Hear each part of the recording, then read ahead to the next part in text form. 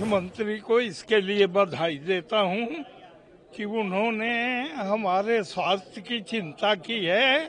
जिन लोगों ने आंदोलन किया, मैं सौभाग्यशाली समझता हूं कि मैं उस आंदोलन में शामिल हुआ।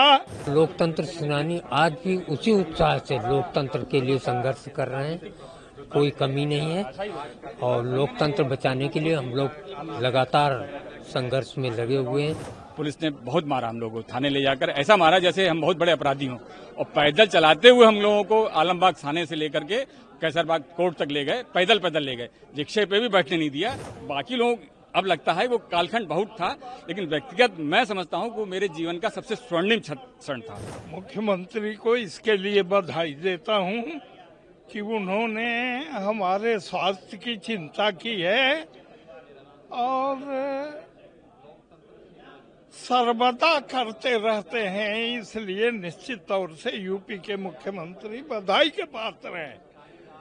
और इसके लिए मैं राष्ट्रीय सरकार को भी बधाई देना चाहूंगा, क्योंकि उस सारे हिंदुस्तान भर में लोगों को बताना और लोकतंत्र को काला दिवस के रूप में मनाने का निर्णय किया। ये सदा करना चाहिए। वो कलंक था और एक प्रकार से मानवता का अवमूल्यन करके जानवर जैसा व्यवहार किया जाता था।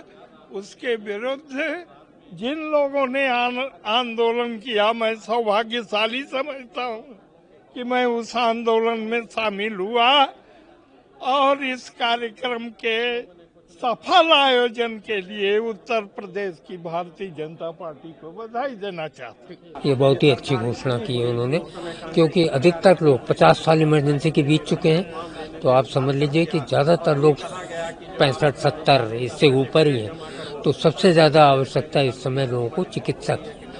तो अगर कैशलेस चिकित्सा और अच्छे हॉस्पिटल्स में मिल जाती है तो ये बहुत ही अच्छी बात होगी और हम लोगों के लिए। और लोकतंत्र सेनानी आज भी उसी उत्साह से लोकतंत्र के लिए संघर्ष कर रहे हैं, कोई कमी नहीं है।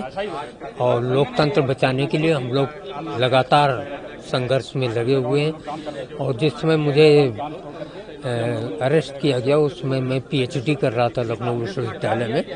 74 ईयर एज हो गई हमारी।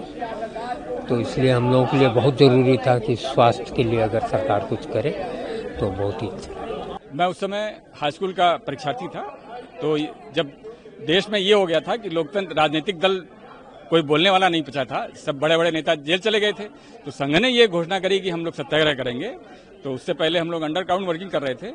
तो फिर सत्याग्रह मैंने मंगलवार आलमबाग में हम 3 लोगों ने सत्याग्रह किया। पुलिस ने बहुत मारा हम लोगों को, थाने ले जाकर ऐसा मारा जैसे हम बहुत बड़े अपराधी हों। और पैदल चलाते हुए हम लोगों को आलमबाग थाने से लेकर के कैसरबाग कोर्ट तक ले गए, पैदल पैदल ले गए, रिक्शे पे भी बैठने नहीं दिया। और जबकि पैर में उन्होंने मेरे चोट लगी थी, लाठियों से उन्होंने मारा था, लेकिन लगाते लगाते हम लोग ले गए। रास्ते में हम लोग नारे लगाते गए कि भारत माता की जय, लोकनायक जयप्रकाश जिंदाबाद। और लगभग 9 महीने हम जेल में रहे। लेकिन वो बाकी लोग अब लगता है वो कालखंड बहुत था, लेकिन व्यक्तिगत मैं समझता हूं कि वो मेरे जीवन का सबसे स्वर्णिम क्षण था। क्योंकि जेल में उस समय मुझे ऐसे ऐसे महानुभावों के साथ रहना मिला, उनके जीवन के बारे में। क्योंकि आप किसी भी बड़े व्यक्ति को 2 घंटे में नहीं जान सकते, वहाँ 24 घंटे उनके साथ रहते थे। तब लगा कि संघ के लोग और जो उनका व्यक्तिगत जीवन कितना अच्छा है, ये वहाँ लगा। मुझे वहाँ लोगों ने पढ़ाया। हाई स्कूल में बाहर हो सकता है शायद मैं पास ना हो पाता, लेकिन वहाँ मैं हाई स्कूल मैंने 2वीं श्रेणी में प्रथम से उत्तीर्ण किया और 9 महीने जेल में रहने के बाद मैं बाहर आया। एक और सवाल है, आज यहाँ पे जो घोषणा हुई है कैशलेस इलाज की आपको आपके परिवार के लिए, उससे कैसे? अधिकांश लोग तो बहुत वयोवृद्ध हो गए हैं, 70 से ऊपर हैं, लेकिन ये फिर भी उनकी घोषणा है, उसका हम लोग स्वागत करते हैं। अगर मिलता है तो अच्छा है।